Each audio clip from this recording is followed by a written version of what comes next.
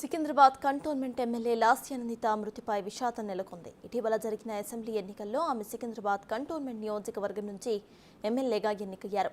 లాస్యానందిత దివంగత MLA G Sayanna పెద్ద కూతురు. తండ్రి అడుగుజాడల్లోనే 2015లో రాజకీయాల్లోకి వచ్చారు. అదే ఏడాదిలో కంటోన్మెంట్ బోర్డు ఎన్నికల్లో 4వ వార్డైన పికెట్ నుండి బోర్డు సభ్యురాలిగా పోటీ చేసి ఓడిపోయారు. అనంతరం ఆమె తన తండ్రితో పాటు బీఆర్ఎస్ పార్టీలో చేరి 2016లో జరిగిన జీహెచ్ఎంసీ ఎన్నికల్లో కవాడిగూడ డివిజన్ నుంచి కార్పొరేటర్గా ఎన్నికయ్యారు. అనంతరం 2021లో జరిగిన జీహెచ్ఎంసీ ఎన్నికల్లో అదే డివిజన్ నుంచి పోటీ చేసి ఓడిపోయారు.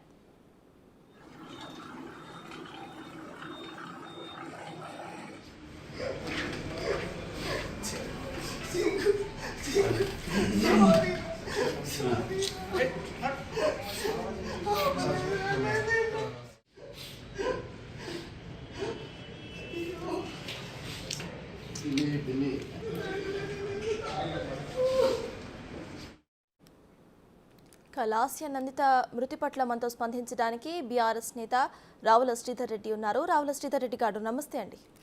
నమస్కారం అండి.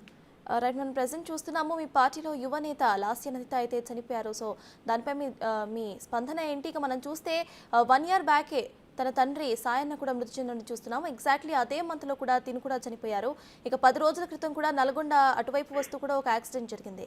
సో మీరేం చెప్తారండి? అదే చాలా బాధాకరమైన విషయం అండి. ఆమె ఒక మంచి ఆపర్చునిటీ వారికి ఒక యువ ఎమ్మెల్యేగా వచ్చింది. వారి తండ్రి గారి లెగసీని కంటిన్యూ చేసే అవకాశం వచ్చింది.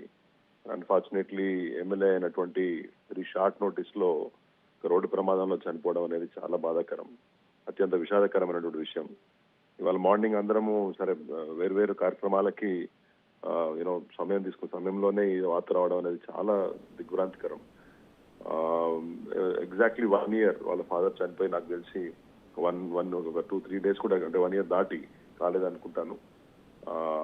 ఈ సమయంలోనే మళ్ళీ ఆమె విధి వెంట అన్నట్టు వరుసగా ప్రమాదాలు జరగడం, లిఫ్ట్ లో ఇరుక్కోవడం, రకరకాలుగా చాలా బాధ కలిగించింది. చాలా సాఫ్ట్ గా, అంటే అందరితో మంచి కలివిడిగా ఉండేది.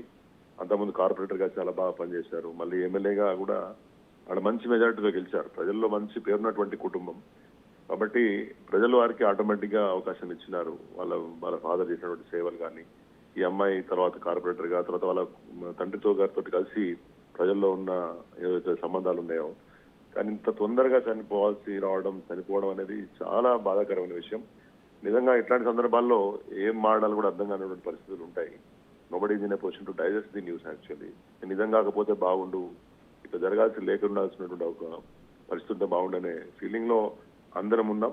వారి కుటుంబానికి, సమయంలో వారి తల్లి గారికి కానీ, వారి సోదరులు అందరికీ కూడా ఎవరైతే ఉన్నారో వారికి దేవుడు వారికి ధైర్యాన్ని కల్పించాలి.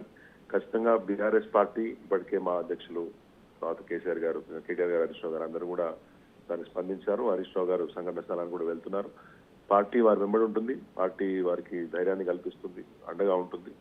సో కాబట్టి బాధాకరమైన విషయం, ఇంతకంటే చెప్పడానికి కూడా ఏం లేదు.